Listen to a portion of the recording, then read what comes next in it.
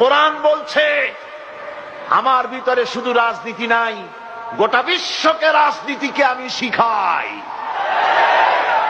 অর্থনীতি শিখাই, পৃথিবী চলবে কিভাবে তা আমি দেখাই। এই জন্য এই কোরআনের আসল মুফাসসির তো আমি নই, কোরআনের আসল মুফাসসির তো মাওলানা সিফাতুল্লাহ সাহেব নন, এর মুফাসসির তো মাওলানা আবুল কালাম আজাদ সাহেব নন, এর আসল মুফাসসির তো মাওলানা কামাল উদ্দিন জাফরি সাহেব নন। এর আসল মুফাসসির কে? কোরআনের আসল মুফাসসির, জেনুইন অথেন্টিক ইন্টারপ্রেটার, আল্লাহর পক্ষ থেকে নিয়োগ প্রাপ্ত মূল মুফাসসির যিনি, মূল তরজমানুল কোরআন, কোরআনের ভাষ্যকার যিনি, তিনি হচ্ছেন সর্বকালের সর্বযুগের সর্বশ্রেষ্ঠ মহামানব বিশ্বনবী জনাবে মুহাম্মদ রাসূলুল্লাহ সাল্লাল্লাহু আলাইহি ওয়াসাল্লাম। মুনিবিনা ইলাইহি ওয়াত্তাকুহু ওয়াকিমুস সালাতা ওয়া লা তাকুনু মিনাল মুশরিকিন। তোমরা আল্লাহর দিকে রুজু হয়ে যাও এবং তাকে ভয় করে অন্যায় কাজ থেকে বিরত থাকো, আর নামাজ কায়েম করো, মুশরিকদের অন্তর্ভুক্ত হয়ে যেও না। নামাজ কায়েম করা, নামাজের আদেশ কোরআনে কারীমের মধ্যে আল্লাহ পাক বহু জায়গায় করেছেন। ঈমানের পর নামাজই হচ্ছে সবচেয়ে বড় জরুরি। একজন মানুষ ঈমান আনলো, ঈমান আনার সাথে সাথে তার প্রথম কাজ কি বলুন? বলেন প্রথম কাজ কি?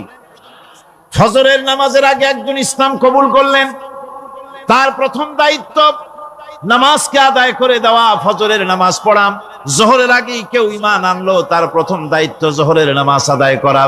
আসরের নামাজের আগে ঈমান এনেছে, তার প্রথম দায়িত্ব হলো আসরের নামাজ আদায় করা। তার মানে হলো ঈমান আনার পর একজন ঈমানদারের প্রথম দায়িত্ব হচ্ছে নামাজ। গুরুত্বপূর্ণ বিষয়, খুব ভালো করে শুনতে হবে, ইয়াদ রাখতে হবে প্রত্যেকটি মুসলমানের।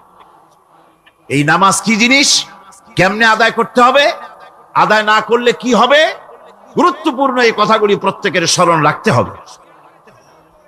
কিয়ামতের দিন মানুষ যে জাহান্নামে যাবে, জাহান্নামের জন্য, জাহান্নামে যে সব কারণে যাবে তার মধ্যে বড় কারণ কালকে বলেছিলাম, দেখি মনে আছে নাকি?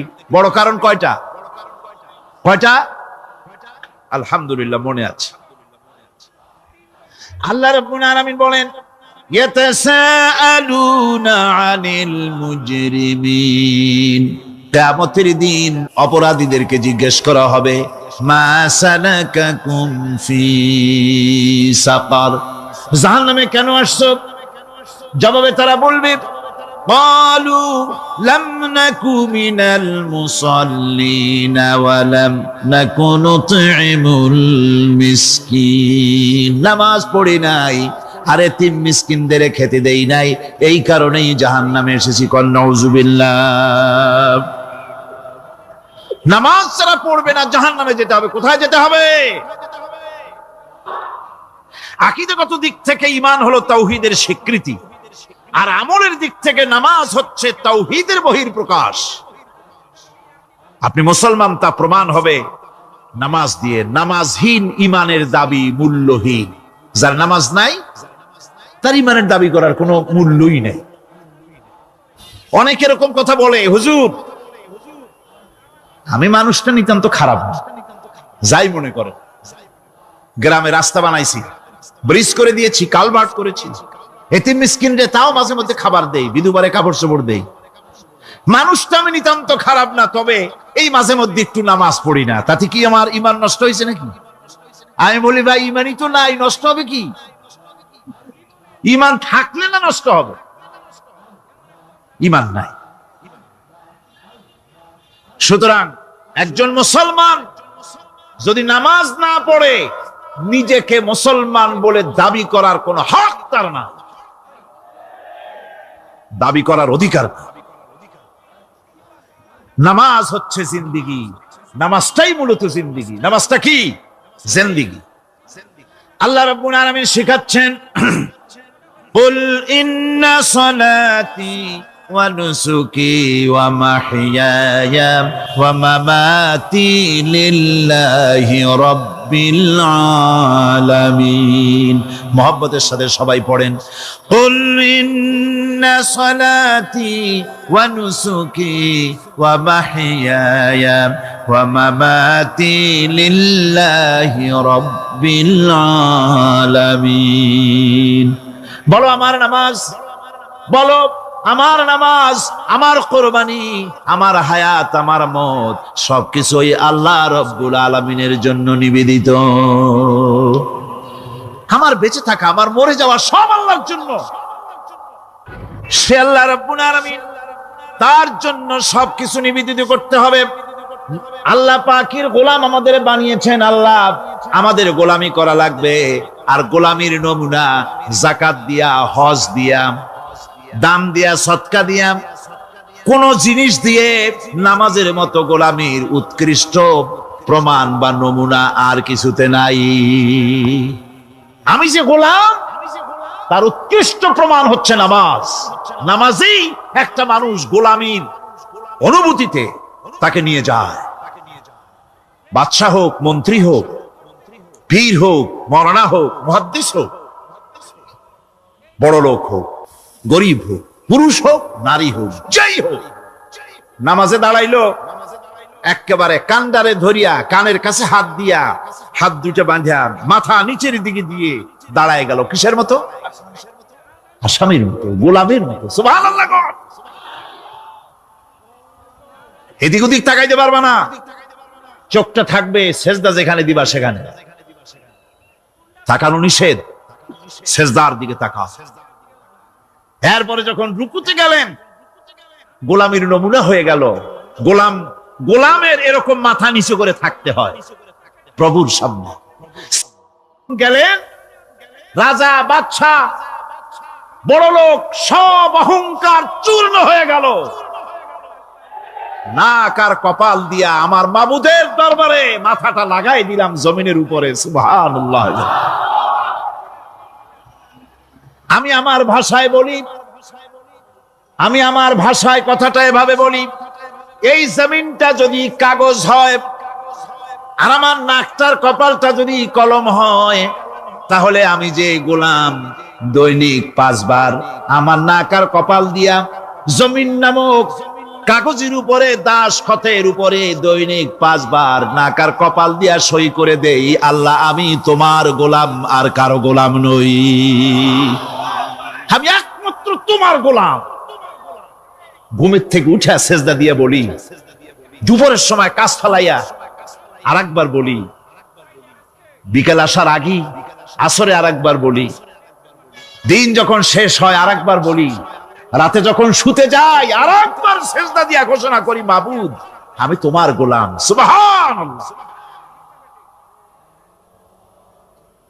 নামাজ হচ্ছে ইসলামের গণ্ডির মধ্যে প্রবেশের প্রমাণ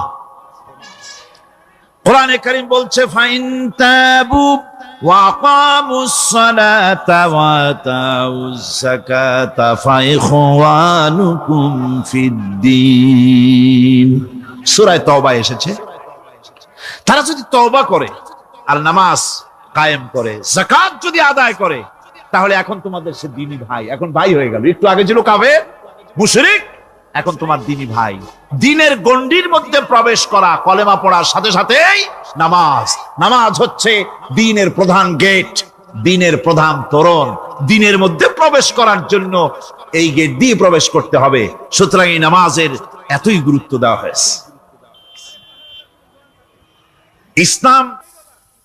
ইসলাম যদি ক্ষমতায় আসে আল্লাহ যেন এনে দেন জোরে কোন আমিন ইসলাম যদি ক্ষমতায় এসে যায় রব্বুল আলামিন তাফসীরের মাহফিল কোরআন সামনে নিয়ে আশা করে তোমার দরবারে দোয়া করি এই বিশাল জনসমুদ্রের দোয়া কবুল করো মাবুদ গো এই বাংলাদেশকে ইসলামের দেশ বানাইয়া দাও দেশটা যদি ইসলামের হয়ে যায় আইন যদি আল্লাহর হয় শাসন যদি সৎ লোকেরা করে রব্বুল আলামিন কোরআন শরীফে বলেন তাহলে তারা 4টা কাজ করবে আল্লাযীনা মাক্কান্নাহুম ফিল আরদ أقاموا الصلاة وآتوا الزكاة وأمروا بالمعروف ونهوا عن المنكر।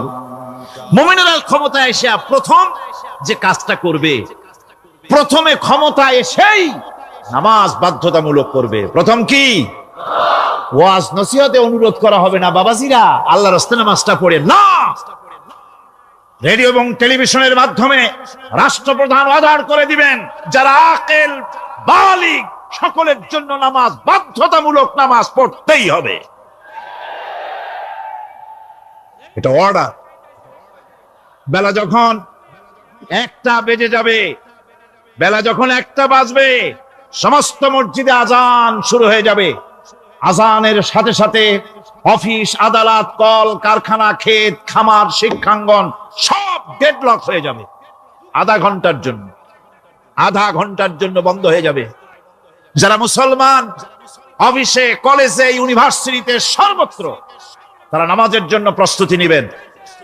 আধা ঘন্টার ভিতরে নামাজ আর খানা সেরে আবার কলেজ চলবে, বিশ্ববিদ্যালয় চলবে, কল চলবে, কারখানা চলবে, ক্যান্টনমেন্ট চলবে, সেক্রেটারিয়েট চলবে, সব আপন গতিতে চলতে থাকবে। আল্লাহর রহমত, বরকত আকাশ ফেরে নাজিল হয়ে যাবে।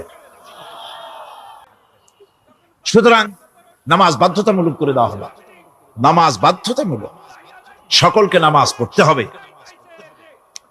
নামাজ হচ্ছে অপকর্মের প্রতিবন্ধক। নামাজ পড়লে অন্যায় কাজ থেকে বাঁচার পর, অন্যায় থেকে বাঁচায় কিসে? নামাজ। আল্লাহ রাব্বুল আলামিন বলেন, উতলু মা উহিয়া ইলাইকা মিনাল কিতাবি ওয়া আকিমিস সালাম ইন্নাস সালাতা তানহা আনিল ফাহশাই ওয়াল মুনকার। হে নবী, এই কিতাব তেলাওয়াত করো, যা তোমার প্রতি অবতীর্ণ করা হয়েছে, এই কিতাব তেলাওয়াত করো আর নামাজকে প্রতিষ্ঠা করো। নিঃসন্দেহে নামাজ মানুষকে পাপাচার থেকে বাঁচায়া দেয়। অশ্লীলতা, পাপাচার থেকে মানুষকে বাঁচায় কে? জোরে চিল্লায় কোন কে? নামাজ। এই নামাজ মানুষকে অন্যায় কাজ থেকে বাঁচায় দেয়। নামাজ যে মানুষকে অন্যায় কাজ থেকে বাঁচায়, কেমনে বাঁচায়? আমরা যে নামাজ পড়ি, এই নামাজে তো আমাদেরকে অন্যায় কাজ থেকে বাঁচাইতে পারে না। নামাজে কি পড়েন সেটা যদি জানতেন, অবশ্যই আল্লাহ রাব্বুল আলামিনের কথা কার্যকরী হয়ে যেত। ইন্নাস সালাতা তানহা আনিল ফাহশাই ওয়াল মুনকার। নামাজ মানুষকে পাপের কাজ, অশ্লীলতা থেকে ফিরাতে পারে। আল্লাহ ইন্না বসায়ছেন, নিশ্চয়ই, বেশক, অবশ্যই নামাজ পাপ থেকে ফিরাবে। কিন্তু কেমনে ফিরাবে নামাজ তো বুঝি না। সঠিকভাবে নামাজ পড়ার পরও যদি কোনো মানুষের সঠিকভাবে, ভালো করে শোনেন, সঠিকভাবে নামাজ পড়ার পরেও যদি কোনো মানুষ পাপের থেকে না ফেরে, তাহলে বুঝতে হবে একথা, পানি আর সাবান দিয়া কাপড় ধুলে কাপড়ের ময়লা যাবে, কিন্তু পানি আর সাবান দিয়া কয়লা জনমের মতো ধুইলেও কয়লার ময়লা যাবে না। কথা বুঝে আসছে? এর থেকে আর উত্তম দৃষ্টান্ত আমার কাছে নাই। নামাজ পড়ার পরেও যদি চরিত্র ভালো না হয়, বুঝতে হবে নামাজ হচ্ছে না, কাঙ্ক্ষিত মানের নামাজ আদায় হচ্ছে না। আল্লাহর নবী বলেছেন, যার নামাজ পাপ কাজ হতে ফিরাতে পারলো না, তার নামাজ নামাজি নয়। আবার শুনুন, রাসূল বলছেন, যার নামাজ তাকে পাপের কাছ থেকে ফিরাতে পারলো না, তার নামাজ নামাজ নয়, ওটি নামাজ হয় নাই, যার জন্য তার পাপ থেকে তারে ফিরাইতে পারছে না। আর কিয়ামতের দিন বেনামাজিরা সবচাইতে বেশি অপমানিত হবে। সবচাইতে বেশি অপমানিত হবে কারা? বেনামাজিরা। কিভাবে? ইয়াউমা ইউকশাফু আন সাকিন ওয়া ইউদআউনা ইলাস সুজুদি ফালা ইস্তাতিউন। সেদিন কঠিন সময়, আল্লাহ রাব্বুল আলামিন লোকদেরকে সিজদা করার জন্য বলবেন, কিন্তু যারা বেনামাজি ছিল দুনিয়ায়, তারা সিজদা দিতে পারবে না। বলেন নাউযুবিল্লাহ। অবস্থাটা কি হবে? খাশিআতান আবসারুহুম তারহাকুহুম যিল্লাহ, তাদের দৃষ্টি নিচু হবে, লাঞ্ছনা এবং অপমান তাদের উপরে চেপে বসবে, সেজদা দিতে পারবে না। আল্লাহ আমাদেরকে ক্ষমা করুন।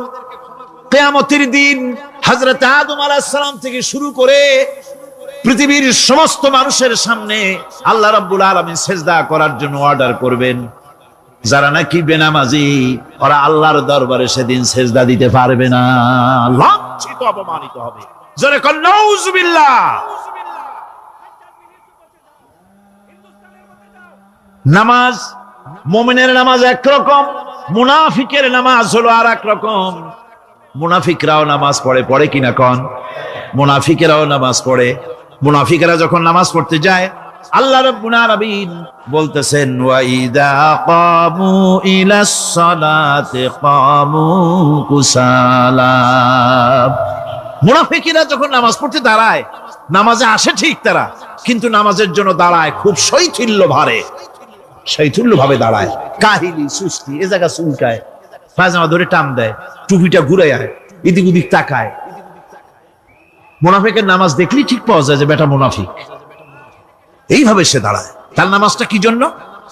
ইউরাউনান নাসা ওয়া লা ইয়াযকুরুনাল্লাহা ইল্লা কালিলা।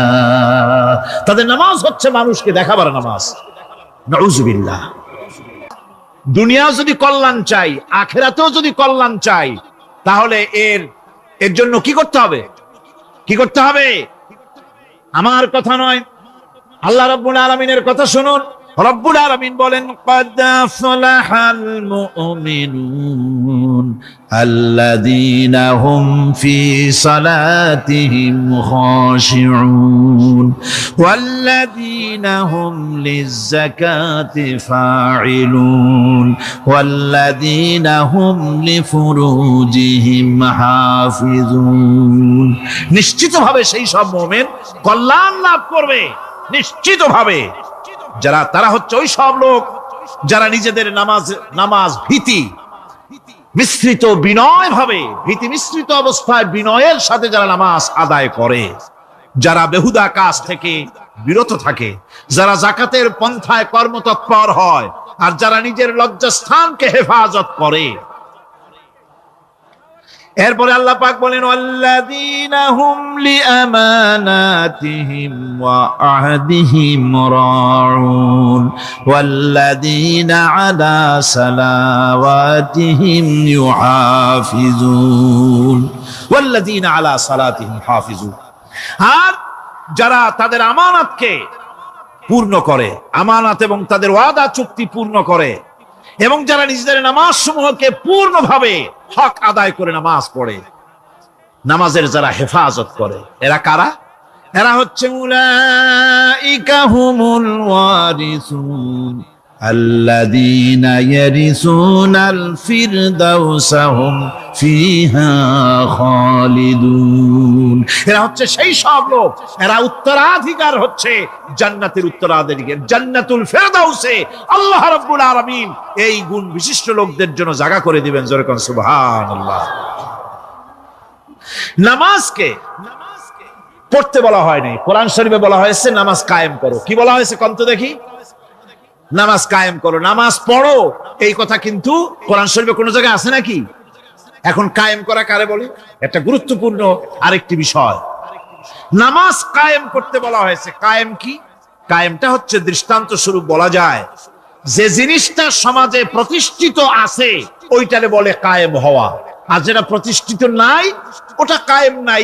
কায়েম মানে হলো প্রতিষ্ঠিত থাকা। যেমন আমাদের দেশে, আমাদের সমাজে নারী পুরুষ শিশু বৃদ্ধ সকলেই কাপড় পরা, শাড়ি পরা, লুঙ্গি পরা, এই কাপড় পরাটা কায়েম আছে, প্রতিষ্ঠিত আছে না নাই?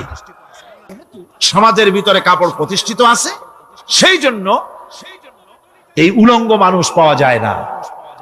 অনুরূপ ভাবে নামাজ যদি প্রতিষ্ঠিত হতো সমাজের ভিতরে, তাহলে বেনামাজি খুঁজে পাওয়া যেত না। চাকরি করতে গেলে সেখানে নামাজ মানদণ্ড হয়ে যেত। নামাজ পড়ে কিনা তা দেখে নেওয়া হতো। বেনামাজি লোক পাওয়াই যেত না যদি প্রতিষ্ঠিত থাকতো। এই জন্য আল্লাহ পাক বলেছেন নামাজকে কায়েম করতে হবে। নামাজ হবে সব ভালো কাজের মানদণ্ড। সমস্ত ভালো কাজের মানদণ্ড কি? নামাজ। নামাজ আমাদেরকে বড় রকমের শিক্ষা দেয়। কি শিক্ষা দেয়? নামাজ আমাদের শিখায় ঐক্য আর ভ্রাতৃত্ব। ভ্রাতৃত্বের আর ঐক্যের শিক্ষা দেয়। এক নেতার আনুগত্য করা শিখায়। জামাত যত বড় হোক, ইমাম হবে কয়জন? যারা ক্ষমতায় যাবে, আপনি রাষ্ট্রের ইমাম যারে বানাবেন, সেই রাষ্ট্রীয় ইমাম যদি জনগণের ইচ্ছার বিরুদ্ধে যদি চলে, একবার লোকমান দেন, দুইবার লোকমান দেন, তিনবার দেন, তারপরেও যদি না নামে, ঘাট ধরে নামেন। নামাজ আপনাকে নেতা নির্বাচন, নেতাকে প্রতিষ্ঠিত রাখা, নেতার আনুগত্য আপনাকে শিখায়। নামাজ লাইন সোজা করে দাঁড়াতে হবে। লাইন যদি বাঁকা করেন, আপনার কলজেটা ওরকম বাঁকা হয়ে যাবে। নাউযুবিল্লাহ। নামাজের কাতারে যার কারণে নামাজের কাতার বাঁকা হবে, পুরা কাতারের জন্য আল্লাহর কাছে ওই লোকটা দায়ী হয়ে যাবে। নামাজ শৃঙ্খলা শিখায়। সুবহানাল্লাহ কইতে ইচ্ছা করে না? নামাজ শৃঙ্খলা শিখায়, শৃঙ্খলা বোধ শিখায়, সোজা হয়ে দাঁড়ায়। তারপরে ঐক্য এবং মহব্বত শিখায়। নামাজের ভিতরে যখন দাঁড়ায় গেলেন, আমির দাঁড়ালো, ফকির দাঁড়ালো, মন্ত্রী দাঁড়ালো, তার ড্রাইভারও দাঁড়ায় গেল, একই কাতারে দাঁড়ায় গেছে। নামাজ পড়তে গিয়ে ড্রাইভারের পাও গিয়ে লেগেছে মন্ত্রীর গায়ে। নামাজ শেষ হওয়ার পর মন্ত্রীর বাবার ক্ষমতা নাই এ কথা বলার যে বেটা ড্রাইভার সলিমুদ্দি, তোর পাও লেগেছে আমার পায়ে, তোর চাকরি শুদ্ধা দোজকে পাঠায় দেব। পারবে বলতে? পারবে না। মিয়া মন্ত্রী সাহেব, এটা তোমার সেক্রেটারিয়েট না, এটা আল্লাহর ঘর। এটা কার ঘর? وَلَقَدْ خَلَقْنَا الْإِنسَانَ وَنَعْلَمُ مَا تُوَسْوِسُ بِهِ نَفْسُهُ وَنَحْنُ أَقْرَبُ إِلَيْهِ مِنْ حَبْلِ الْوَرِيدِ। মানুষ সৃষ্টি করেছি আমি, তার অন্তঃকরণে কি চিন্তা হয়, কি কল্পনা হয় তাও জানি আমি। আর আমি আমার বান্দার যেই সাহারাগের উপরে মাথাটা খাড়া আছে, এই রোগের চাইতেও আমি বান্দার বেশি নিকটে। আল্লাহ পাক গোপন রাখেন নাই, বলে দিচ্ছেন আমি কিন্তু এখানে আছি। সুবহানাল্লাহ। আচ্ছা বলেন তো আল্লাহ কোথায় আছেন? এটি একটি মুশকিলের প্রশ্ন। সাধারণত লোকেরা বলে আল্লাহ সব জায়গায় আছে। এই কথা, এই জবাব সঠিক নয়। আকীদা সাফ হতে হবে। আল্লাহ সব জায়গায় আছে এই কথা সঠিক নয়। যদি আল্লাহ সব জায়গায় থাকেন, তাহলে দুনিয়ার সব জায়গা ভালো না, কিছু কিছু খারাপ আছে। তাহলে খারাপ জায়গায়ও থাকতে হয়। নাউযুবিল্লাহ বলে। আল্লাহ কোথায় আছে এই প্রশ্ন আল্লাহরই করি। সওয়ালে মুকাদ্দারের জবাব, পৃথিবীর মানুষ আল্লাহকে প্রশ্ন করবে তুমি কোথায় আছো। রব্বুল আলামিন প্রশ্ন করার আগে জবাব দিয়ে দিয়েছেন, আর রাহমানু আলাল আরশি ইস্তাওয়া। আল্লাহ পাক আরশে আজিমে আছেন। কোথায় আছেন বলে? এক আঙ্গুল আকাশের দিকে উঁচু করে বলেন আল্লাহ কোথায় আছেন? আরশে আজিমে আছেন। সুবহানাল্লাহ। তবে আরশে আজিমে আছেন যে অবস্থা এমন নয় যে তিনি সাংঘাতিক রকমের কুয়াশার কারণে বাংলাদেশে কি হইতেছে তা দেখতে পান না। সে আল্লাহ রাব্বুল আলামিন সব কথা পরিষ্কার করে বলেছেন, আমি তোমার ঘাড়ের কাছে। তার মানে আল্লাহর ইলম, তার নজর, তার সামা এবং তার বাসার, তার দেখা, তার শোনা, তার ইলম সবটা আমাকে ঘিরে আছে, আমি তার বাইরে নাই। আল্লাহ মানুষকে সতর্ক করতেছেন, মা ইয়ালফিযু মিন কাওলিন ইল্লা লাদাইহি রাকীবুন আতীদ। মানুষ এমন কোন কথা বলে না যা আমার ফেরেশতারা রেকর্ড করে না রাখে। যা করো তাও লেখা হয়, যা বলো তাও লেখা হয়ে যায়। আল্লাহ রাব্বুল আলামিন কোরআনে কারীমের মধ্যে বলেছেন, আল্লাযী খালাকাল মাউতা ওয়াল হায়াতা লিয়াবলুয়াকুম আইয়ুকুম আহসানু আমালা। আমি পরীক্ষার জন্য এই জীবন দিয়েছি, তোমাদেরকে পরীক্ষা হবে। এই পরীক্ষা জীবন আর মৃত্যু দুটি জিনিস দিয়েছি পরীক্ষা করার জন্য। এই পরীক্ষার জন্য তোমরা পাস করতে পারো। পরীক্ষা আসছে, এখন প্রশ্নপত্র সব ফাঁস করে দেওয়া হয়েছে। প্রশ্নগুলি সঠিকভাবে আদায় করুন, প্রশ্নগুলি পড়ুন এবং জীবনটাকে সেইভাবে গড়ুন। নামাজটা সহি করে আদায় করুন। বহু মুসলমান আছে নামাজই পড়ে না, নামাজ পড়তে জানেও না। নবী করিম সাল্লাল্লাহু আলাইহি ওয়াসাল্লাম বলেছেন, সাল্লু কামা রাআইতুমুনি উসাল্লি। নামাজ পড়ো সেইভাবে যেভাবে আমাকে তোমরা পড়তে দেখো। সুবহানাল্লাহ। আর রাসূলুল্লাহ কেমনে নামাজ পড়তেন? এইটা বর্তমান বিশ্বের শ্রেষ্ঠ হাদিস বিশারদ আল্লামা নাসিরউদ্দিন আলবানী তিনি ইন্তেকাল করেছেন। আল্লাহ পাক তাকে জান্নাতুল ফেরদাউসের মেহমান বানায় নিক, বলেন আমিন। তার লেখা বই আছে, কয়বার বলা হয়েছে? 82 বার। 82 বার আল্লাহ পাক বলেছেন নামাজ আদায় করো, 82 বার বলেছেন। আর নবীজি বলেছেন, লা দীনা লিমান লা সালাতা লাহু। যার কাছে নামাজ নাই তার কাছে দিন বলে কোনো জিনিস নাই। মান তারাকা সালাতান মুতাআম্মিদান ফাকাদ কাফারা। ইচ্ছে করে যে ব্যক্তি নামাজ ছেড়ে দিল কাফের হয়ে গেল, বলেন নাউজুবিল্লাহ। কিয়ামতের দিন, বুখারী শরীফের হাদিস, আল্লাহ পাকের নবী বলেছেন, কিয়ামতের দিন সর্বপ্রথম আল্লাহ জিজ্ঞেস করবেন, বান্দা নামাজ পড়ছো কিনা? প্রথম প্রশ্ন কি বলেন? প্রথম প্রশ্ন কি? যার নামাজ কবুল তার সমস্ত নেক আমল মঞ্জুর, যার নামাজ কবুল হবে না কোনোটাই মঞ্জুর হবে না। কথা বুঝতে পেরেছেন? নামাজ সঠিকভাবে আদায় করতে হবে। সুতরাং কোরআন শরীফের মধ্যে আল্লাহ পাক সব কথা বলে দিয়েছেন। বিজ্ঞানের সাথে কিন্তু কোরআনের সংঘর্ষ নাই। অনেকে মনে করে যে বিজ্ঞান আর কোরআন এর মধ্যে বিরাট সংঘর্ষ। না, বিরাট সংঘর্ষ নয়, দুই একটা পয়েন্টে সংঘর্ষ থাকতে পারে। অধিকাংশ ব্যাপারই বিজ্ঞান, আমি মনে করি বিজ্ঞানের আবিষ্কার যত বাড়বে কোরআন বোঝা মানুষের জন্য তত সহজ হবে। এটা আমার ধারণা, এটা আমার ধারণা। বিজ্ঞানের সাথে দুই একটা পয়েন্টের উপরে সংঘর্ষ আছে, যেমন চন্দ্র এবং সূর্য সম্পর্কে, সৌরজগৎ সম্পর্কে Copernicus, Kepler, Galileo, Newton, Einstein মহাশূন্য সম্পর্কে যে সব বক্তব্য রেখেছেন, সেসব বক্তব্যের সাথে কোরআন শরীফের কিছুটা বৈপরীত্য রয়েছে। যেমন কেউ বলেছেন সূর্য ঘোরে, পৃথিবী স্থির। কেউ বলে সূর্যের চতুর্দিকে পৃথিবী ঘোরে, কেউ কয় চন্দ্র ঘোরে, কেউ কয় আমরা কি আর বসে থাকি, আমরাও ঘুরি। কিন্তু আসলে ঘোরেটাকে কে ঘোরে, এ ফয়সালা কে দেবে? কে দিবে বলুন তো?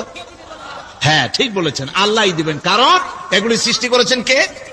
এবার শুনুন, এই বিতর্কের মীমাংসা আল্লাহ পাক করছেন কোরআনে কারিমে বহু আগে। গ্যালিলিও, কেপলার, কোপারনিকাস এদের বলার অনেক আগে বিশ্বনবী জনাবে মুহাম্মদ রাসূলুল্লাহ সাল্লাল্লাহু আলাইহি ওয়াসাল্লাম তিনি বলে দিয়েছেন, আল্লাহর কথা তিনি বলেছেন, লাশ-শামসু ইয়ামবাগি লাহা আন তুদরিকাল কামারা ওয়ালাল লাইলু সাবিকুন নাহার ওয়া কুল্লুন ফি ফালাকিন ইয়াসবাহুন। প্রবল জ্ঞানী হইবে যাহারা, আপন মনেতে বুঝিবে তাহারা। রাত্রি পারে না আগে যাইবার দিনের স্থান করি অধিকার। চন্দ্র বাঁধে না সূর্যের গায়েতে, সূর্য পারে না চন্দ্রকে ধরিতে। যার যে স্থান বহাল রাখিয়া ভ্রমণ করিছে খোদাকে ডরিয়া। আল্লাহ রাব্বুল আলামিনকে ভয় করে সব ঘুরছে। চাঁদও ঘোরে, সূর্য ঘোরে, মঙ্গল ঘোরে, ইউরেনাস ঘোরে, বৃহস্পতি ঘোরে, পৃথিবীও ঘোরে। সব ঘুরছে তো ঘুরছেই, বন বন করে ঘুরছে একটা নির্দিষ্ট কক্ষপথে, আপন আপন কক্ষপথে ঘুরছে, যার ফলে অ্যাক্সিডেন্ট হয় না। সুবহানাল্লাহ, জোরে বলেন সুবহানাল্লাহ। নির্ধারিত কক্ষে ঘুরছে, নির্ধারিত কক্ষে ঘুরছে। এর কক্ষগুলি আল্লাহ পাক ঠিক করে দিয়েছেন, সেই কক্ষে ঘুরতেছে, একে অপরের পথ অতিক্রম করতেছে না। আবার ওই মহাশূন্যের ভেতরে রয়েছে black hole. Black hole, black hole কি? ব্ল্যাক হোল হচ্ছে একটা বিরাট অন্ধকার গহ্বর, একটা মৃত্যুকূপ। এত বড় বিরাট ব্ল্যাক হোল মহাশূন্যে আছে, বিজ্ঞানীরা হয়রান হয়ে গেছে। তার এত বড় শক্তি, সে শুধু তারা খায় না, কোন তারকা ঘুরতে ঘুরতে যদি তার কাছে এসে যায় তারাকে খেয়ে ফেলে। কোন আলো যদি কাছে আসে, আলো শুষে নিতে নিতে আলো যার থেকে এসেছে সেটাকেও শেষ করে ফেলে। এ ধরনের একটা দারুণ আকর্ষণী শক্তি তার মধ্যে আল্লাহ সৃষ্টি করেছেন। একটা ব্ল্যাক হোল আছে মহাশূন্যের ভিতরে, সূর্য চন্দ্র গ্রহ নক্ষত্র, যে সূর্য পৃথিবীর চাইতে 13 লক্ষ গুণ বড়, এমন 2 কোটি সূর্য খাইয়া হজম করতে পারে এত বড় ব্ল্যাক হোল আল্লাহ তৈরি করে রেখেছেন মহাশূন্যের উপরে। রয়েছে মিল্কি ওয়ে, রয়েছে গ্যালাক্সি, অন্তত 10,000 কোটি 10 সহস্র কোটি তারকা দিয়ে সমৃদ্ধ গ্যালাক্সি মিল্কি ওয়ে, যেটা অন্ধকার রাত্রে, তারকা সজ্জিত রাতে উত্তর দক্ষিণ দিকে টানা একটা পথের মতো দেখা যায়। এটা হচ্ছে গ্যালাক্সি, এইটাকে বলা হয় মিল্কি ওয়ে। এটা হচ্ছে ছায়াপথ। অসংখ্য তারকা এর মধ্যে রয়েছে। কত বড় বড় তারকা, অনেক দূরে, তাই আমরা দেখি বিন্দু বিন্দু। আসলে কি বিন্দু না, কত বড় জানেন? বিজ্ঞানীরা বলেছেন দৈত্যের মতো বিরাট বিরাট তারকা আছে, যে সূর্য পৃথিবীর চাইতে 13 লক্ষ গুণ বড়। এরকমের সূর্যের অন্তত 3 কোটি সূর্য খাইয়া হজম করতে পারে এরকম অসংখ্য তারকা মিল্কি ওয়ের ভিতরে আল্লাহ সৃষ্টি করেছেন। সুবহানাল্লাহ বিহামদিহি, সুবহানাল্লাহ। আর মানুষ লাফায়, 4 আঙ্গুল মানুষ খালি লাভ দেয় মোষ কতগুলো রাখিয়া। কোন আনন্দে লাফা, কি শক্তি তোমার! মহাশূন্যের তুলনায় এই পৃথিবীর অবস্থান কি জানেন? এই জন্য যত বেশি পড়াশোনা করবেন মাথা নত হয়ে যাবে। 1997 সনের বাজেট বক্তৃতা যখন আমি করতেছিলাম, ডক্টর কুদরতে খোদা, নাম রাখছে কুদরতে খোদা, আসলে গজবে খোদা। এই লোকটি নাস্তিক, ইসলামের চূড়ান্ত দুশমন। তার প্রণীত শিক্ষা ব্যবস্থার যখন সমালোচনা করছিলাম, ট্রেজারি বেঞ্চ থেকে আমাকে বলা হলো রাজাকার। আমি আমার সমস্ত শক্তি একত্রিত করে বলেছিলাম, শুধুমাত্র হিন্দুস্তানের রাজাকারেরাই আমাকে রাজাকার বলতে পারে। আমি বলেছিলাম 1973 সন পর্যন্ত আমি বাংলাদেশের কোন রাজনৈতিক দলের নেতা এবং কর্মী ছিলাম না। আমি রাজাকার নই। আমাকে রাজাকার বলে যদি তাকেও প্রমাণ করতে না পারে 10 কোটি টাকার মানহানি মামলা দায়ের করব। আমার এই বক্তব্য সারা দুনিয়া শুনেছে। পার্লামেন্টে আমার এই বক্তব্য রেকর্ড হয়ে আছে। সেদিন 3 শতাধিক পার্লামেন্ট মেম্বারের কেউ আমার চ্যালেঞ্জ গ্রহণ করেন নাই।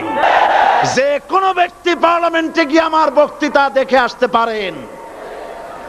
এরপরে 1997 সনের 7ই অক্টোবর দৈনিক জনকণ্ঠ পত্রিকা যখন আমার বিরুদ্ধে লিখলো, সেই পত্রিকায় সাইদির ওপেন চ্যালেঞ্জ 8ম পাতা, 1997 7ই অক্টোবর, এত বড় 2 কলামে হেডিং। সেখানে আমি বলেছি, বাংলাদেশের সকল সাংবাদিক, গোয়েন্দা বিভাগ, বাংলাদেশের সকল বুদ্ধিজীবীকে আমি আমার পিরোজপুরে আমন্ত্রণ করছি। আমার উপস্থিতিতে যদি কেউ প্রমাণ করতে পারে বাংলাদেশের স্বাধীনতা যুদ্ধের বিরুদ্ধে আমার কোনো ভূমিকা ছিল, সজ্ঞানে স্বেচ্ছায় জাতীয় সংসদের সদস্য পদ থেকে পদত্যাগ করব। 3 বছর পার হয়ে গেছে, আজ পর্যন্ত কেউ এই চ্যালেঞ্জের মোকাবেলা করে নাই। সুতরাং আমাকে যারা রাজাকার বলবে তারা পিতৃ পরিচয়হীন অবৈধ সন্তান। 1971 সনের, শোনো মুসলমানেরা, 1971 সনের কোন কাদা সাইদির গায়ে লাগে নাই। আমাকে রাজাকার বলে জনগণ থেকে বিচ্ছিন্ন করবা, জনগণ থেকে আমারে বিচ্ছিন্ন করা যাবে না। কারণ এই জনগণ আমার জন্য আসে না, এই জনগণ আসে আল্লাহর কোরআনের জন্য।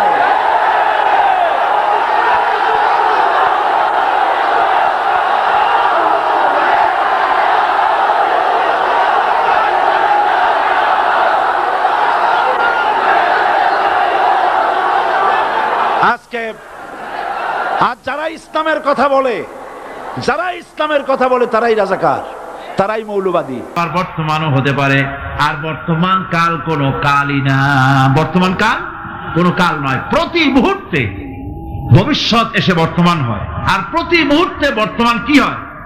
অতীত হয়ে যায়। বর্তমান কাল বলে কোনো কাল নাই, প্রতি মুহূর্তে অতীত হয়ে যাচ্ছে। এই যে আমি মাহফিলে বসছিলাম প্রথম এসে, ওইটা কি এখনো বর্তমান আছে? এই যে বর্তমান কথা বলছি, এটা অতীত হয়ে যাচ্ছে। সুতরাং বর্তমান কাল নাই।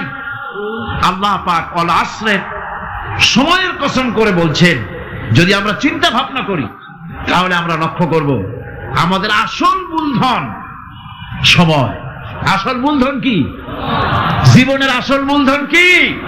সময়। ইমাম রাজি রহমতুল্লাহ আলাইহি এই পর্যায়ে এক বুজুর্গের ব্যক্তির কথা তিনি আলোচনা করেছেন। তিনি বলেছেন যে একটা লোক, তিনি সূরা ওয়াল আসর এর ব্যাখ্যা তিনি বুঝতেছিলেন না। ব্যাখ্যাটা এই মাথার মধ্যে ঘুরপাক খাচ্ছিল, এর ব্যাখ্যা কি? একবার তিনি বাজারে ঢুকলেন, তারপরে তিনি শুনতে পেলেন বাজারের এক প্রান্ত থেকে একজন চিল্লায় বলতেছে, সেই ব্যক্তির উপরে রহম করো যার পুঁজি গলে যায়, সেই ব্যক্তির উপরে রহম করো যার পুঁজি গলে যায়। উনি চিন্তা করলেন পুঁজি এবার গলে কেমন? উনি দৌড়ে গেলেন, যায় দেখেন যে ব্যাটা চিল্লাচ্ছে সে হচ্ছে বরফ বিক্রেতা। কি বিক্রেতা? বরফ, আইস। এখন এই বরফ বিক্রেতা সে চিল্লায় বলতেছে, সেই ব্যক্তির পরে রহম করো যার পুঁজি কি গলে যায়। সূর্যের তাপ বাড়তেছে আর বরফ গলে যাচ্ছে। সে বুঝাতে চাচ্ছে যে আমার এই বরফটা জমাট থাকা অবস্থায় তোমরা কেউ কেনো, যেহেতু আমার পুঁজি তো এর মধ্যে আমি ইনভেস্ট করেছি। এটা যদি পানি হয়ে যায় তো পানি তো কেউ কিনবে না, এটা তো যেখানে সেখানে পাওয়া যায়। বরফ পাওয়া যায় না বলি তো আমি বরফ কিনে আনছি। তোমরা আমার প্রতি দয়া করো, তাড়াতাড়ি করে বরফটা কিনে নিয়ে যাও। ইমাম রাজি রহমতুল্লাহ আলাইহি বলেন, বুজুর্গ ব্যক্তি চিৎকার মেরে বললেন, আল্লাহু আকবার, আমি কিন্তু এই বরফ বিক্রেতার ঘোষণার মধ্য দিয়ে সূরা ওয়াল আসরের তাফসীর আমি বুঝে ফেলেছি। তার মানে হলো বরফ বিক্রেতা যেভাবে বলতেছে সেই ব্যক্তির উপরে রহম করো যার পুঁজি গলে যায়, আমারও তো একটা পুঁজি আছে, ওই পুঁজির নাম হায়াত। প্রতি মুহূর্তে আমার পুঁজি তো গলে যেতেছে, আমার পুঁজি তো গলে যায়, প্রতি মুহূর্তে কমে যেতেছে। আহারে, এই পুঁজি যে গলে গেল ধরে রাখতে পারলাম না, এই জন্য কিছুই তো করতে পারি নাই। সূরা ওয়াল আসরের ভিতরে মানুষের আয়ুষ্কাল দেওয়া হয়েছে, বরফ গলে যাওয়ার মতো দ্রুত সে আয়ু কমে যাচ্ছে। একে যদি নষ্ট করে ফেলা হয়, ভুল কাজে ব্যয় করা হয়, সেটাই হচ্ছে মানুষের মূল ক্ষতি। মানুষের মূল ক্ষতি। ব্যবসায় ক্ষতিগ্রস্ত হয়েছে, এটা মূল ক্ষতি নয়। স্বাস্থ্য হারাইছে, মূল ক্ষতি নয়। রাজনীতিতে ব্যর্থ হয়েছে, মূল ক্ষতি নয়। জীবনে মন্ত্রিত্ব হারাইছে, মূল ক্ষতি নয়। মূল ক্ষতি প্রতি মুহূর্তে সময় নষ্ট হচ্ছে, এটাই মূল ক্ষতি। ভাইরা, কিয়ামতের দিন জান্নাতীদের কোনো দুঃখ থাকবে না, সকলের দুঃখ থাকবে। জান্নাতীদের কোনো দুঃখ থাকবে না? থাকবে। জান্নাতীদের মনের মধ্যে একটা দুঃখই থাকবে। ভালো করে শুনুন, জান্নাতীদের মনের মধ্যে একটা দুঃখই হবে।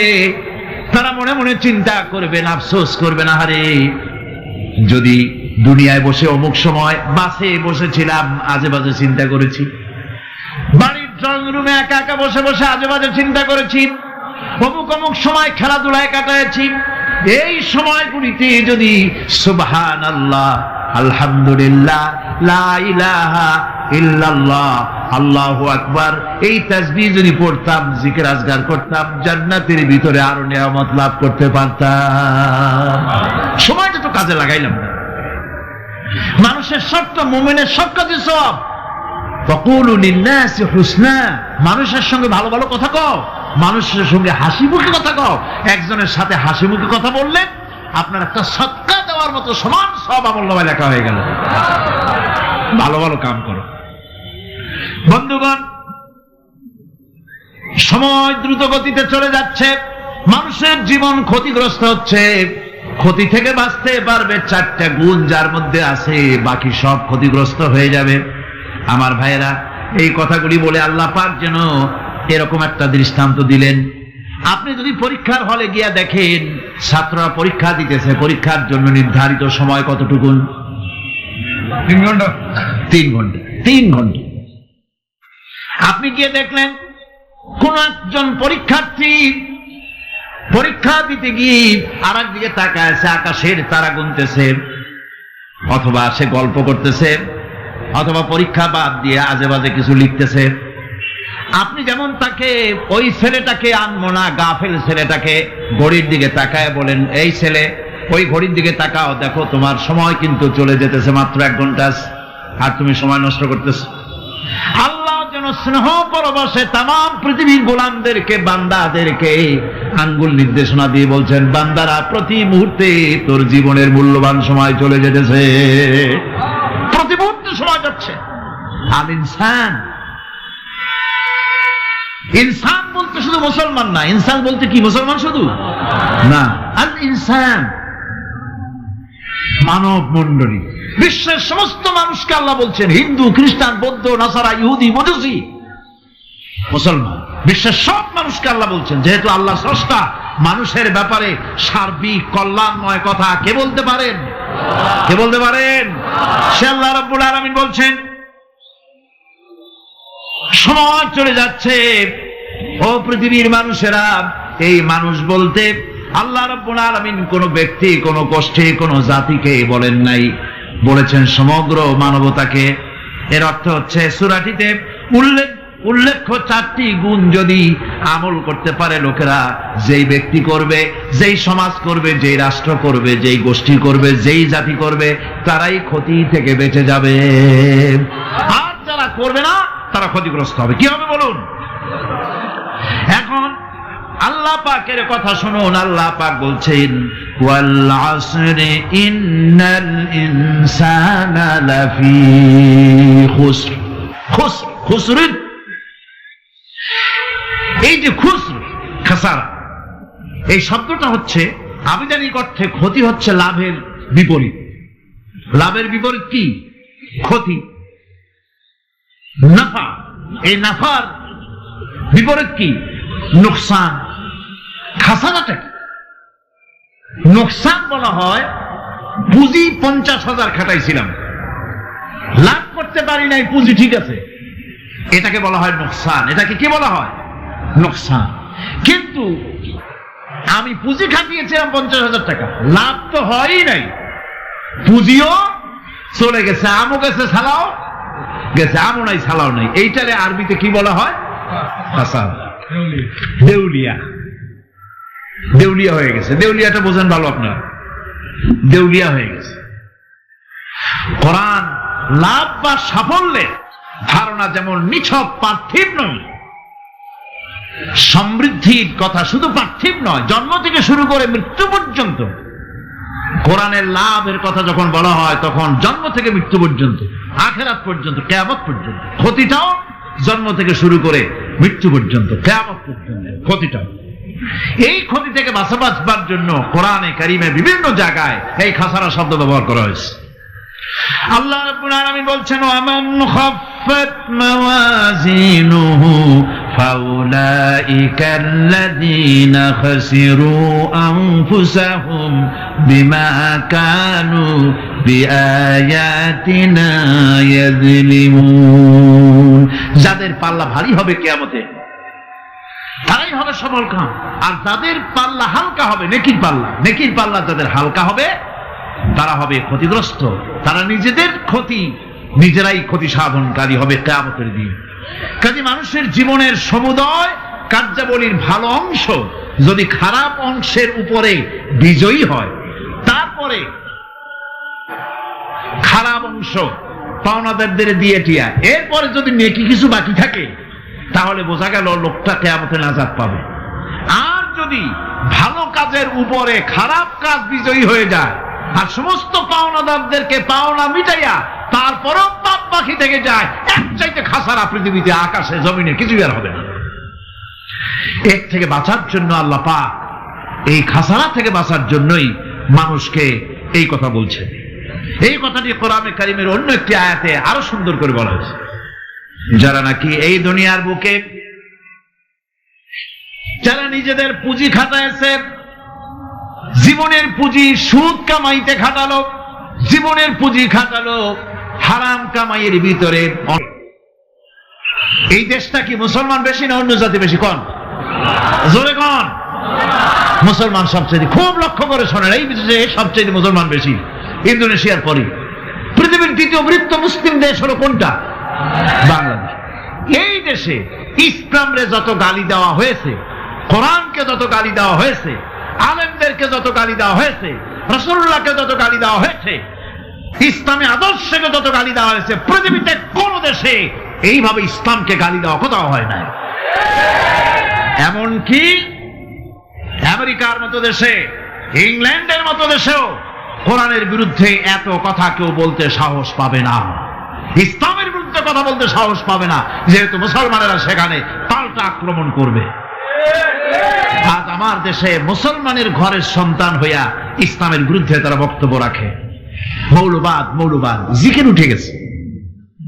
আমেরিকার প্রেসিডেন্টরা যখন শপথ নেন, প্রেসিডেন্ট হিসাবে ওথ নেন, বাইবেলের উপরে হাত রাখেন আর বলেন, এই মহাগ্রন্থকে স্পর্শ করে শপথ নিচ্ছি, আমি আমার চিন্তা চেতনা, আমার মেধা, আমার প্রজ্ঞা সবটা আমার জাতি, আমার দেশকে উন্নয়নের জন্য, এর সমৃদ্ধির জন্য, এর সংরক্ষণের জন্য আমি আমার জীবনকে উৎসর্গ করব। বাইবেলের উপরে স্পর্শ করে এই শপথ তারা নেন। আমার দেশের প্রেসিডেন্ট, প্রধানমন্ত্রী শপথ নেওয়ার সময় কোরআন শরীফের উপরে হাত রাখে যদি, তাহলে বলা হবে বেচারা মৌলবাদী হয়ে গেছে। এটা করা যাবে না। আর যদি কেউ করে সামান্য কিছু, কোরআন না, যদি তসবিহ নিয়েও আসে, তাহলে বুঝতে হবে জাতির সাথে একটা প্রতারণা ছাড়া কিছুই না। কাজেই ধর্মের প্রতি আকর্ষণ একটা ভিন্ন জিনিস, সেই জিনিসকে ছেড়ে যারা দেয় তারাই ক্ষতিগ্রস্ত হয়, আর যারা ধরে রাখে তারা দুনিয়ায় ক্ষতিগ্রস্ত হয় না। আল্লাহ পাক এখানে রাসূল করিম সাল্লাল্লাহু আলাইহি ওয়াসাল্লামের একটি হাদিস প্রণিধানযোগ্য কোরআনের ব্যাপারে। হুজুর বলেছেন, আল কোরআন হুজ্জাতুন লাকা ওয়া আলাইকা। এই কোরআন হয় তোমার পক্ষের সাক্ষী, না হয় এই কোরআন তোমার বিপক্ষের সাক্ষী। কিয়ামতে এই কোরআন হয় তোমার পক্ষে কাজ করবে, নতুবা এই কোরআন তোমার বিপক্ষে কাজ করবে। দুই অবস্থা থেকে খালি হবে না। হয় কোরআন তোমার পক্ষে সাক্ষী দেবে, না হয় আমরা কি চাই? কিয়ামতে কি চাই? বলেন কি চাই? কোরআনের পক্ষে যদি আমরা সাক্ষী চাই, তাহলে এই কোরআনের পক্ষে আমাদেরকে কাজ করতে হবে। এছাড়া আমাদের নাজাতের কোনো পথ নাই। আমাদের মুক্তির পথ হচ্ছে কোরআন কেন্দ্রিক, রাসূলুল্লাহর হাদিস কেন্দ্রিক। এর বাইরে আমাদের সমস্ত পুঁজি নষ্ট হয়ে যাবে। আমাদেরকে পৃথিবীতে টিকে থাকতে হলে কোরআনের উপরে ভিত্তি করে আমাদেরকে বাঁচতে হবে, টিকতে হবে।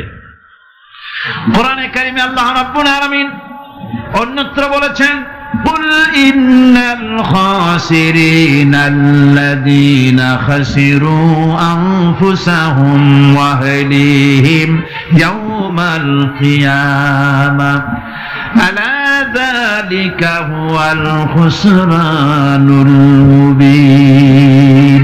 বলো, প্রকৃত দেউলিয়া তারাই যারা কিয়ামতের দিন নিজেকে, নিজের পরিবার পরিবর্গকে এই ক্ষতির দিকে যারা ঠেলে দেবে। ভালো করে শুনে নাও, এটি হচ্ছে সুস্পষ্ট ক্ষতি, সুস্পষ্ট দেউলিয়াপনা।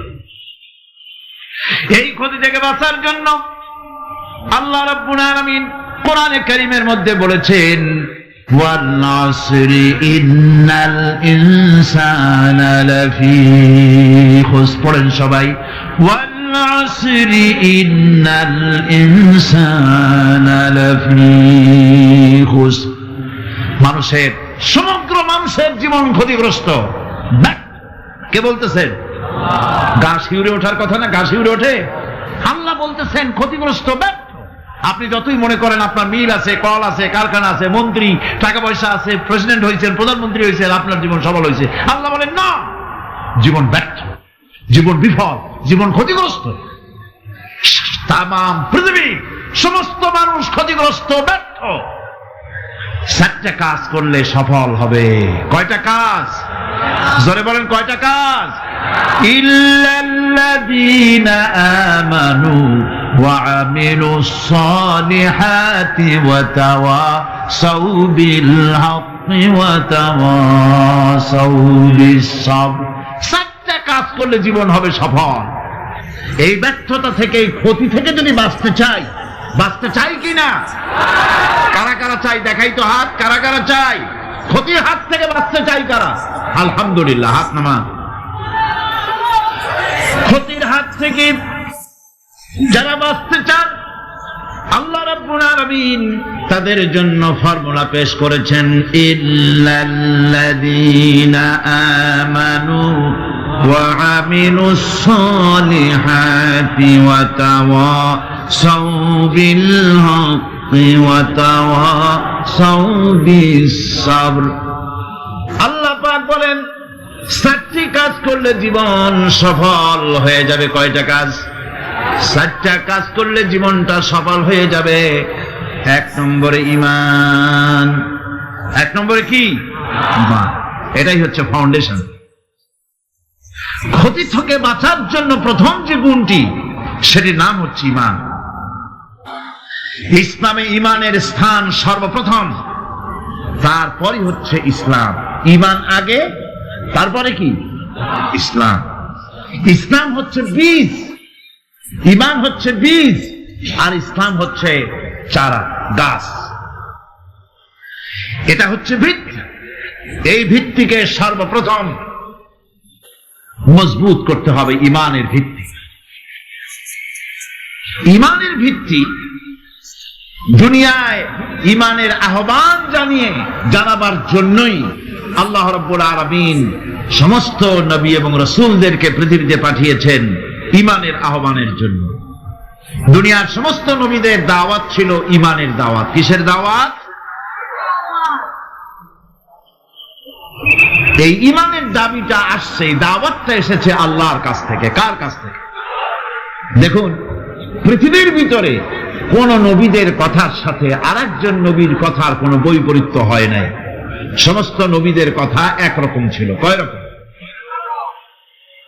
একজন নবীর সঙ্গে তার বক্তব্যের সাথে আরেকজন নবীর বক্তব্যের কোনো গুণগত মৌলিক কোনো পার্থক্য ঘটে নাই, অসঙ্গতি হয় নাই।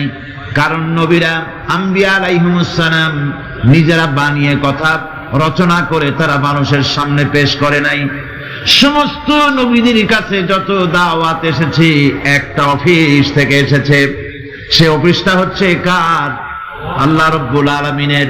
তাই দুনিয়ার সমস্ত পয়গম্বরদের দাওয়াত ছিল না ইলাহা ইল্লাল্লাহ, লা ইলাহা ইল্লাল্লাহ, লা ইলাহা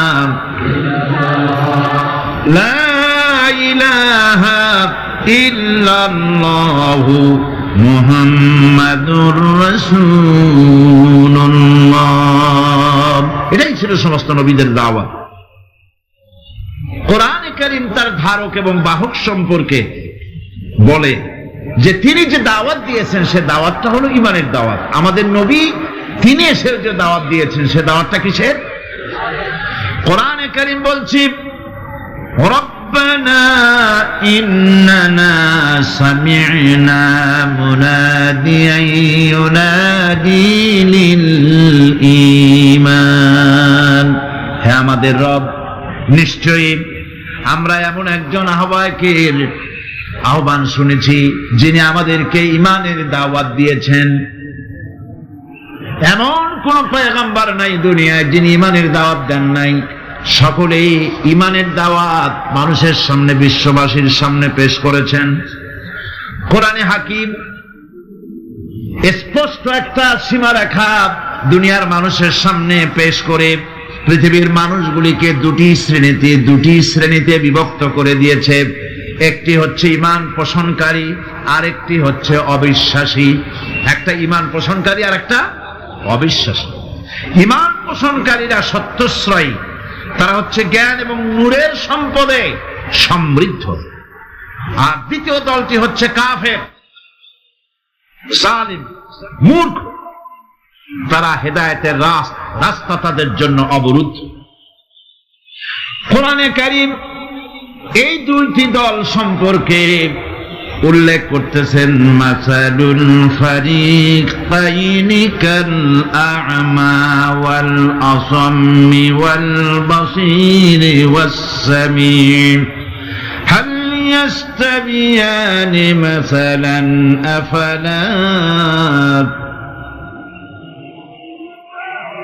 কোরআন শরীফ বলছে হাল ইয়াস্তাবিয়ানি মাসালান আফালা তাযাক্কারুন। দুইটি শ্রেণীতে আল্লাহ পাক ভাগ করে দিয়েছেন। একটা শ্রেণী হচ্ছে অন্ধ, বোবা, বধির, আরেকটি যারা শুনতে পায়, চোখে দেখতে পায়। এই দুটি কখনো এক নয়, সমান নয়। এ দুটির রাস্তা আলাদা। কাফেরের রাস্তা আর ইমানদারদের রাস্তা সম্পূর্ণ ভিন্ন। আল্লাহ রাব্বুল আলামিন ঈমান এবং কুফরের পার্থক্য বলে দেওয়ার জন্য গোটা মানব জাতির মধ্যে স্পষ্ট করে বলেছেন, লা ইকরাহা ফিদ-দীন ক্বাদ তাবায়্যানার রুশদু মিনাল গাই। দ্বীনের ব্যাপারে জোর জবরদস্তি নেই। এখানে হেদায়েতের পথ এবং গোমরাহি, হেদায়েতকে গোমরাহির পথ থেকে সম্পূর্ণ আলাদা করে দেওয়া হয়েছে। লা ইকরাহা ফিদ-দীন, দ্বীনের ব্যাপারে কোনো জোর জবরদস্তি নাই। রব্বুল আলামিন কোরআনে কারীমের মধ্যে বলেছেন, আল্লাযী খালাকাল মাউতা ওয়াল হায়াতা লিয়াবলুয়াকুম আইয়ুকুম আহসানু আমালা। আমি পরীক্ষার জন্য এই জীবন দিয়েছি, তোমাদেরকে পরীক্ষা হবে। এই পরীক্ষা জীবন আর মৃত্যু দুটি জিনিস দিয়েছি পরীক্ষা করার জন্য। এই পরীক্ষার জন্য তোমরা পাস করতে পারো। পরীক্ষা আসছে, এখন প্রশ্নপত্র সব ফাঁস করে দেওয়া হয়েছে। প্রশ্নগুলি সঠিকভাবে আদায় করুন, প্রশ্নগুলি পড়ুন এবং জীবনটাকে সেইভাবে গড়ুন। নামাজটা সহি করে আদায় করুন। বহু মুসলমান আছে নামাজই পড়ে না, নামাজ পড়তে জানেও না। নবী করিম সাল্লাল্লাহু আলাইহি ওয়াসাল্লাম বলেছেন, সাল্লু কামা রাআইতুমুনি উসাল্লি। নামাজ পড়ো সেইভাবে যেভাবে আমাকে তোমরা পড়তে দেখো। সুবহানাল্লাহ। আর রাসূলুল্লাহ কেমন জাগতিক সম্পদ দিতে চেয়েছিলেন, কিন্তু সেই বান্দা সব জাগতিক সম্পদকে উপেক্ষা করে আল্লাহর সঙ্গে দিদার করা বেশি পছন্দ করেছেন। কেউ কিছুই বুঝলো না। হযরত আবু বকর রাদিয়াল্লাহু তাআলা আনহু খুব কাঁদতে লাগলেন। তিনি বুঝতে পেরেছেন যে এই পৃথিবীতে সমস্ত সম্পদ দিতে চেয়েছিলেন আল্লাহ, যাকে তার নাম বিশ্বনবী। তিনি সবগুলি উপেক্ষা করে আল্লাহর সঙ্গে দিদার করা বেশি পছন্দ করেছেন। আমরা অতি তাড়াতাড়ি নবীজি থেকে নবীর এতিম হয়ে যাব। পরের দিন ইশার নামাজের রক্ত হলো, আজান হয়ে গেল, মসজিদে মুসল্লিরা ভরে গেছে, সাহাবায়ে কেরাম সব এসে গেছেন। হুজুরের জন্য বহুক্ষণ অপেক্ষা করার পর হযরতে আবু বকর রাদিয়াল্লাহু তাআলা আনহু তিনি ইমামতির জায়গায় দাঁড়ায় গেছেন। নবীজি বেহুশ অবস্থায় ছিলেন ঘরের মধ্যে। হুশ আসার পর তিনি হযরত আয়েশাকে বললেন, আয়েশা, মসজিদে নববীতে এখন কি হতেছে? তিনি বললেন, নামাজ হচ্ছে। লোকেরা আপনার অপেক্ষা করেছে, কিন্তু আপনাকে না পাইয়া দীর্ঘক্ষণ অপেক্ষা করার পর আপনাকে না পেয়ে আমার বাবার ইমামতিতে তারা নামাজ পড়তেছে, কিন্তু মুসল্লিদের মধ্যে কান্নার রোল পড়ে গিয়েছে। তাদের ধারণা হয়েছে নবীজির জায়নামাজে যখন হযরত আবু বকর দাঁড়ায় গেছে, নবীজির পিছনে নামাজ পড়া আর আমাদের কিসমতে হবে না।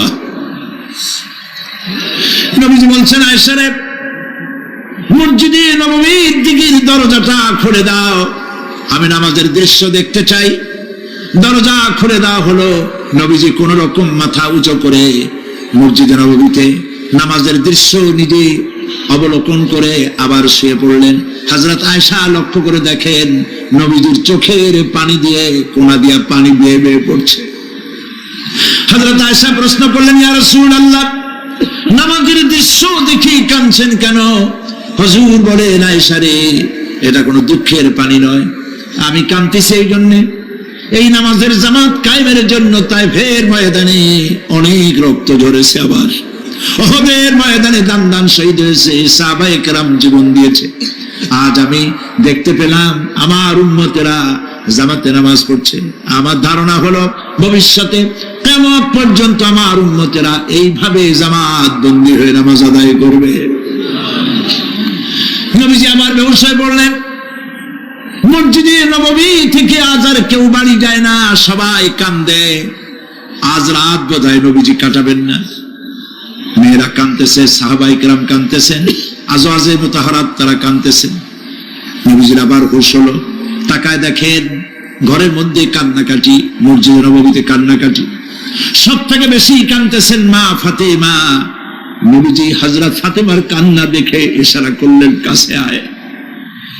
হযরত ফাতেমা রাসূলের কাছে গেলেন। নবীজি কানে কানে কি যেন বললেন, কান্নাটা বন্ধ হয়ে গেল। হযরত আয়েশা জিজ্ঞেস করলেন, মা তোমার আব্বা তোমার কানে কি বললো আর কান্না বন্ধ হয়ে গেল? হযরত ফাতেমা বলে, আম্মাজি আমার আব্বা আমাকে বললেন, মা ফাতিমা তোমার কান্না আমার বরদাস্ত হয় না, কেঁদো না। আমি মৃত্যুর পরে সকলের আগে তোমার সাথে আমার দেখা হয়ে যাবে। হযরত ফাতেমা বলছেন, আম্মাজি আমি বুঝতে পেরেছি আমার আব্বার এই কথার অর্থ কি। নবীজির ইন্তেকালের পরে আত্মীয় স্বজনের মধ্যে সবার আগে আমার মৃত্যু হবে, আর আমার পিতার সাথে আমি মিলিত হতে পারবো। রাত যখন শেষ হয়ে এলো, নবীজির হুঁশ হয়েছে, তাকায় দেখেন হযরত জিবরাইল দাঁড়ানো। হযরত জিবরাইল নবীজির চেহারা মোবারকের দিকে তাকায় বলেন, আসসালামু আলাইকা ইয়া রাসূলুল্লাহ। আল্লাহ আপনাকে সালাম বলেছেন, আর আল্লাহ পাক জানতে চেয়েছেন আপনার মুখে আপনি কেমন আছেন।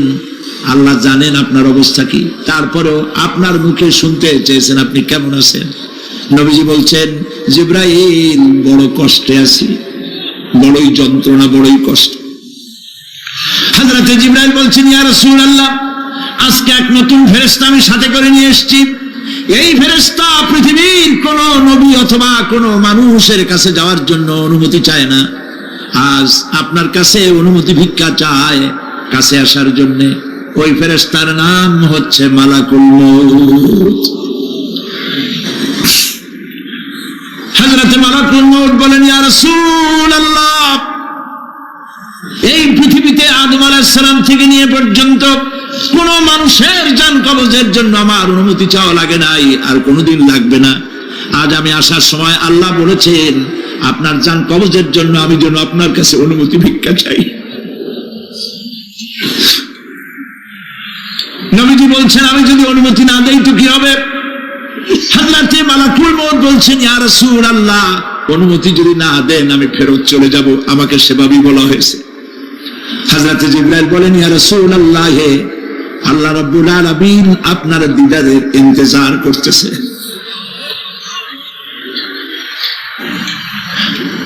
নবীজি বলছেন, মালাকুল মউত তুমি জান কবজের কাজ শুরু করো। মালাকুল মউত যখন কাছে এসেছে, রাসূল জিজ্ঞেস করলেন, আয়েশা ঘরে যে কয়েক টুকরা স্বর্ণ ছিল সেগুলোর কি অবস্থা? ছোট ছোট 6 টুকরা স্বর্ণ ছিল। হযরত আয়েশা বলছেন, হুজুর আমি এগুলো রেখে দিছি। হুজুর বলছেন, না রাখতে পারবে না, আমার ইন্তেকালের আগে খয়রাত করে দাও। মুহাম্মদ সাল্লাল্লাহু আলাইহি ওয়াসাল্লাম আল্লাহর কাছে অবস্থায় উঠবে না যে তার ঘরের ভিতরে সোনা ছিল, দিয়ে দাও, খয়রাত করে দিয়ে দাও। হযরত মালাকুল মউত রাসূলের জান কবজ শুরু করে দিলেন। রাসূলুল্লাহ জীবনের শেষ কথা বললেন, আসসালাত আসসালাত ওয়া মা মালাকাত আইমানুকুম। আমার উম্মতেরা বিদায় লগ্নে বলে গেলাম, নামাজ নামাজ নামাজ ছেড়ে দিও না।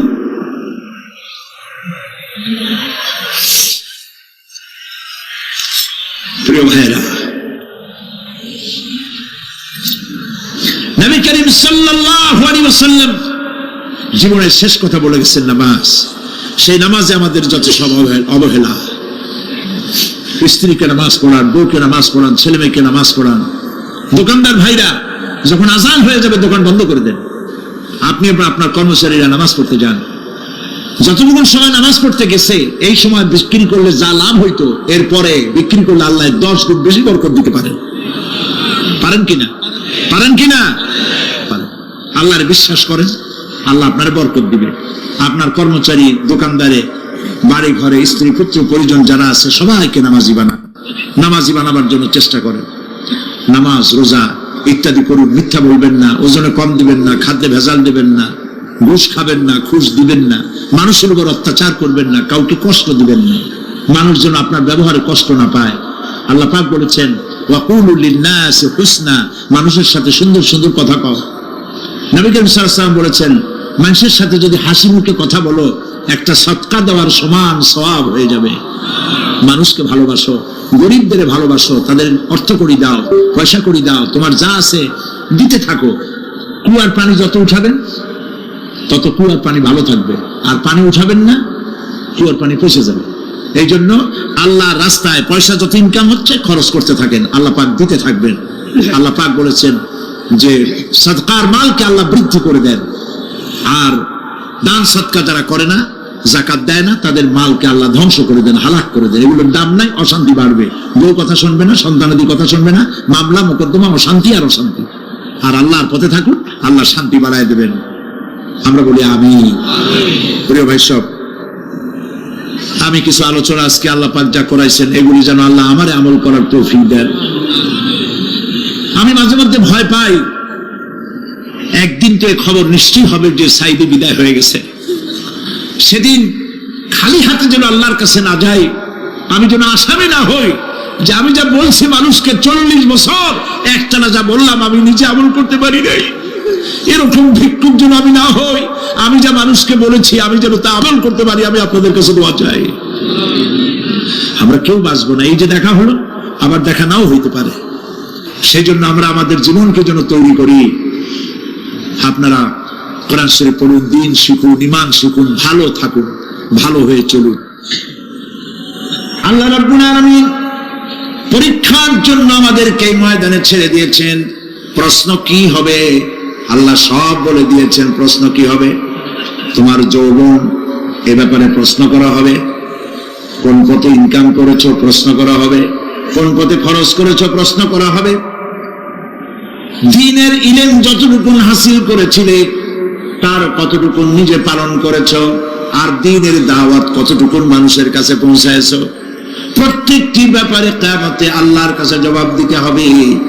এই জন্য কবি বলছেন আমল সে जिंदगी बनती है ये जन्नत भी व जहन्नम भी ये खाके अपनी फितरत है न नारी न नूरी। মানুষের জীবন আমল দিয়ে গঠন হয়, আমল দিয়ে জীবন গড়ে, নইলে এই মাটির তৈরি দেহ জান্নাত আর জাহান্নামের কিছু দিয়ে তৈরি হয়নি। আপনি ইচ্ছে করলে দেহটাকে জাহান্নামের জন্য উপযোগী করতে পারেন, ইচ্ছে করলে দেহটাকে জান্নাতের জন্য উপযোগী করতে পারেন। এটি আপনার ইখতিয়ারে আল্লাহ দিয়েছেন, আপনাকে বাধ্য করা হয় নাই যে সেজদা না দিলে ফেরেশতা এসে ঘাড়ের উপরে পিটাবে, সুদ ঘুষ জেনা করলে পরে ঠ্যাং পিটায় ভেঙে দেওয়া হবে না। আপনি বাধ্য নন, আপনি সম্মানিত জীব আল্লাহ, সম্মানিত প্রাণী আল্লাহ পাকের। সেই জন্য মানুষকে বাধ্য করা হয় নাই। অটোনোমাস বডি, অটোনমি দেওয়া হয়েছে, আপনাকে স্বাধিকার দেওয়া হয়েছে। চন্দ্র সূর্যের ব্যাপারে স্বাধিকার দেওয়া হয় নাই।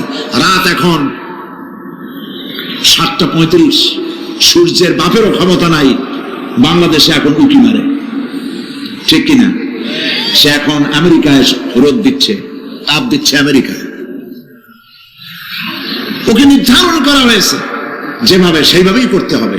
পানি বলেন, পাহাড় বলেন, পাখি বলেন, চন্দ্র বলেন, গ্রহ বলেন, নক্ষত্র বলেন, সব জিনিস বাই হুক অ্যান্ড ক্রুক আল্লাহর হুকুম মানতে বাধ্য।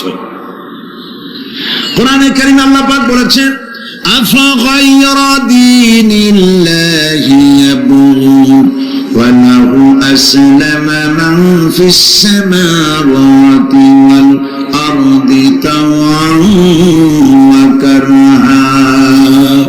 আল্লাহর দেওয়া জীবন ব্যবস্থা ছেড়ে দিয়ে তোমরা কি অন্য কোনো মতবাদ তালাশ করো? ওয়া লাহু আসলামা মান ফিস সামাওয়াতি ওয়াল আরদ, অথচ আকাশে যা আছে জমিনে যা আছে সব আনুগত্যের মস্তক আমার সামনে অবনত করে দিয়েছে। সুবহানাল্লাহ। মানুষকে আল্লাহ পাক ইখতিয়ার দিয়েছেন, ইচ্ছে করলে মাহফিলে আসতে পারেন, ইচ্ছে করলে সিনেমায় ঢুকতে পারবেন, অসুবিধা নেই।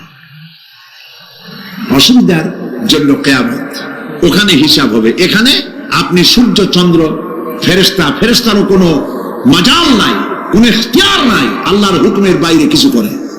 আল্লাহ যা করতে বলেছেন তাই করতে হবে, এর বাইরে এক চুলও নড়তে পারবে না। কিন্তু মানুষেরা করতে পারবে। মানুষ ইচ্ছে করলে নামাজ রোজা ছাড়তে পারে, ইচ্ছে করলে আল্লাহর অমান্য করতে পারে। এটা তার বিচারের জায়গা না, এটা হলো পরীক্ষার জায়গা। এটা কিসের জায়গা? পরীক্ষার জায়গা। এখানে আপনি কামাই করলে ওখানে কিছু পাবেন, এখানে কামাই না করলে কিছু পাবেন না। আরো সোজা করে বলি, কোন কৃষক, যে কৃষক আষাঢ় মাসে শ্রাবণ মাসে জমিন চাষ করে না, পৌষ মাসে তার গোলায় ধান আসবে? কথা বুঝেন নাকি বুঝেন? পৌষ মাসে গোলায় ধান আসবে? কোনো পাগলও বলবে না যে তুমি তো চাষই করো নাই, তুমি জমিনে, তোমার জমিনের ফসল তোমার ঘরে আসবে কেন? কাজী